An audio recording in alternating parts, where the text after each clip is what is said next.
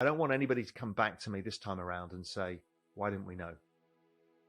This is the opportunity.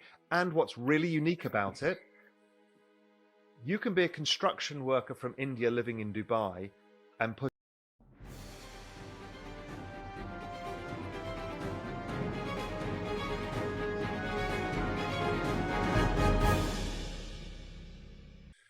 But part of that journey, to make it relevant to this conversation we're going to have today, part of that journey was after 2012, I knew everything was fucked and the financial system was in real trouble. And the only answer now was printing more money, which was devaluing the value of money itself. And that the debt burden couldn't go away now. You couldn't press the reset button because it's too catastrophic. We almost got there in 2008. And then had it happened in 2020 with the pandemic, it would have been the end of everything, because the debts had just got bigger and bigger and bigger, this debt super cycle we've been seeing over the time. So I realized back in 2012, having almost lost the whole system in Europe, I thought we need a way out. So one of this was educating people. I wanted to tell people how to think about this really complicated world we live in, where we've gone too far, where debt has gone too far and we risk losing everything. And we don't know who owns anything. And then the other thing I thought about is maybe I'm going to set up the world's safest bank. So naively, I got a few well-heeled friends together and well-connected people. We went to Singapore, and we went to Switzerland, and we went to the US, and we tried to set up this bank. And it was hard to do because the banking system doesn't want to allow entrants. They certainly don't want to allow people who don't operate in the same way. So I was kind of giving up, and a friend, one of my subscribers to Global Macro Investor, tapped me on the shoulder and said, you know what, you should look at Bitcoin. So I looked at it and I wrote a paper, which was probably the first paper that suggested that the scarcity of Bitcoin could be compared to the scarcity of gold. And if we compare them on a like-for-like basis, when gold was at $1,300, Bitcoin should be at $1 million if it's valued in the same way. And that became a very widely circulated piece of research because that was the first macro research on Bitcoin.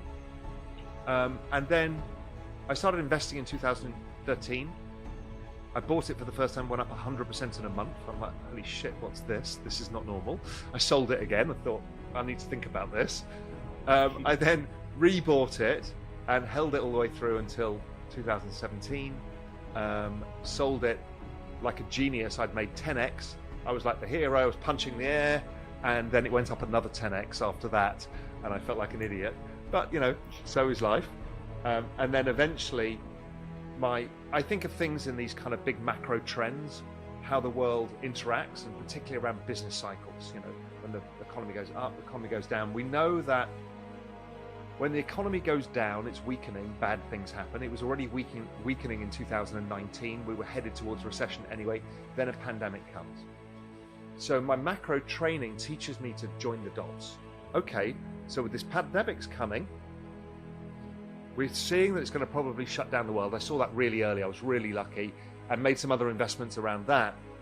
But what I knew is that the outcome was the central banks and the governments were going to print so much money. Bitcoin is this store of value, and it's also a call option on the future financial system. And so then I became quite well known in this space because I was very vocal, because I didn't want to let it happen again that happened in 2008 and 2012, that I could see what was happening and I couldn't tell enough people. So it became my absolute mission to educate as many people as possible about not only the opportunity here, but also the risks in the system itself.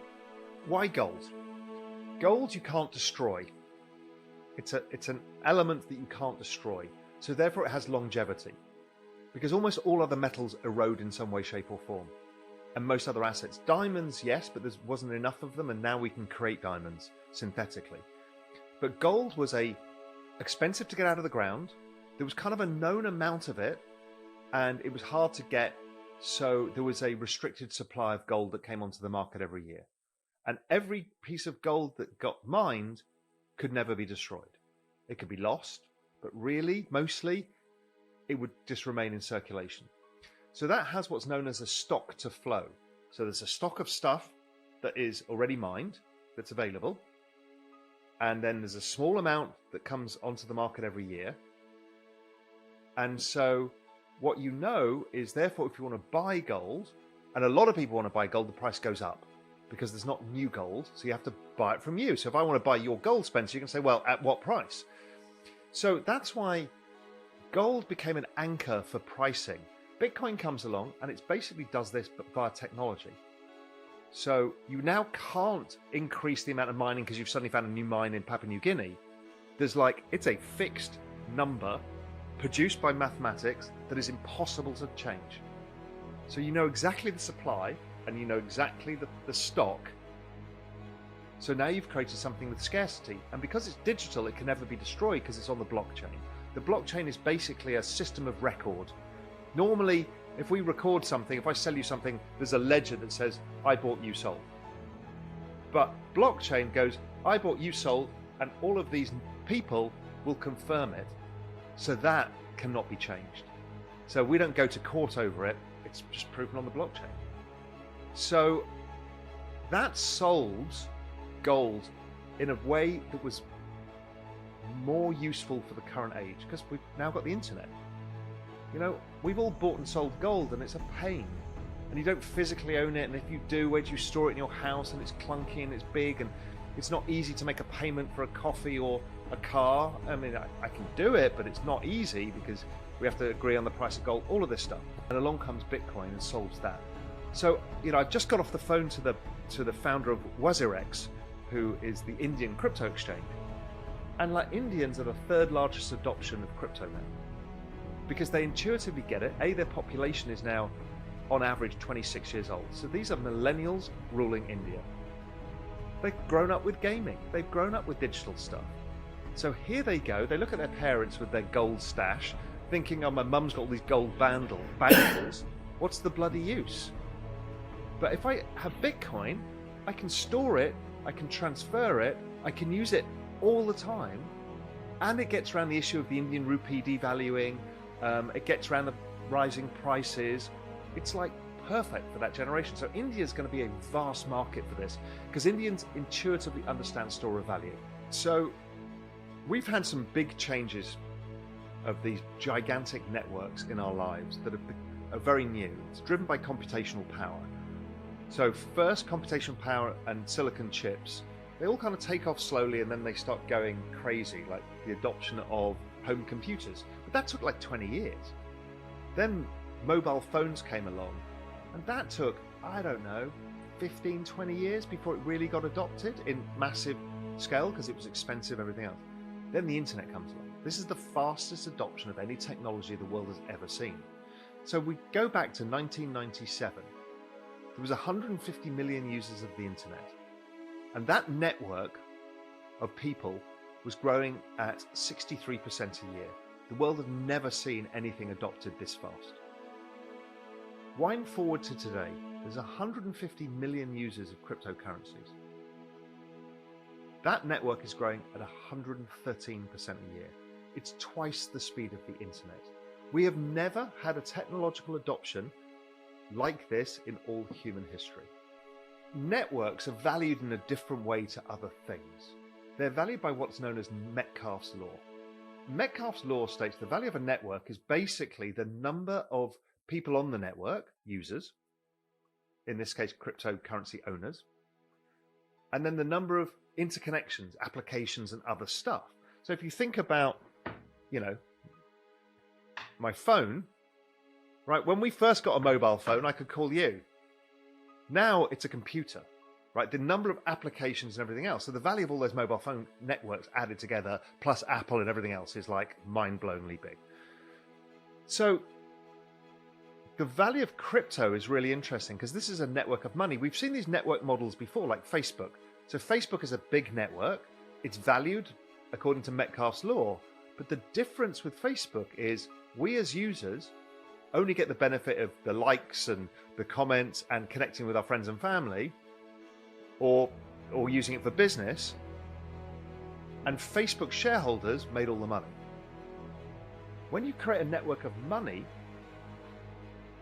the more people come onto the network, everybody who comes onto the network owns a token. And the value of the token goes up the more people go into the network. Is give humans a network of money, they're going to make it go up in value. And they're going to adopt it very fast. So that means in layman's terms, this is a $2 trillion asset class as of today. All the other asset classes, equities, bonds, real estate, gold, all of these things are bigger. Gold is about 8 or 10 trillion. But equities, global bonds, global real estate, they're all between 150 and 350 trillion dollars. So if this is truly the asset class we think it is, and its adoption is growing as fast as this, the maths, just the simple adoption maths, suggest that it gets to 200 trillion by the end of the decade. That's 100x. So if you think you're in the Middle East, if you think the wealth that happened in the Middle East from after the kind of Brits moved out and the ruling families took over and discovered oil, that amount of wealth came fast, but it actually took a while. So there was like 20 or 30 years from the 50s to the 70s, and then that amount of wealth was huge. Same with Russia. What happened in Russia once they opened up.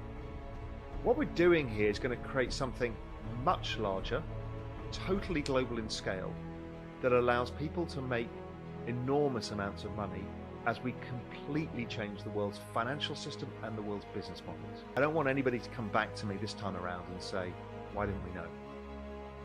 This is the opportunity, and what's really unique about it, you can be a construction worker from India living in Dubai and put in a few dirham a month. Or you can be a rich dude and put in whatever, but you can both put in 5% of your earnings every month. And it stops the rich poor divide, because this stuff gets fractionalized. So Bitcoin, oh my God, it's $66,000. No, you can buy a small fraction. So everybody can buy the right percentage for them. How I did it, very simply, and I suggest everybody does it, is don't go diving off the end of some token that somebody randomly told you about in a bar. Go about it intelligently and say, okay, the two big exposures here are Bitcoin and Ethereum. Let me just weight my portfolio by their market cap weighting. So Bitcoin's just over $1 trillion and Ethereum's $450 million. So there's a weighting for you. This kind of market cap weighting, like you would be if you bought the S&P 500. So that's a pretty easy place to start. Then put it in your portfolio and get to understand the volatility, what it feels like to own this.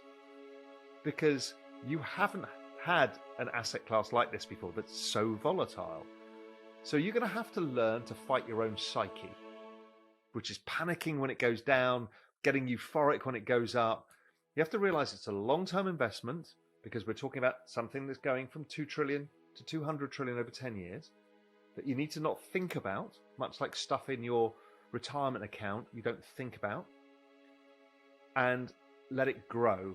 Now, what's going to happen is magic, and it's happened to all of us, is once we do that, we start reading the news about it.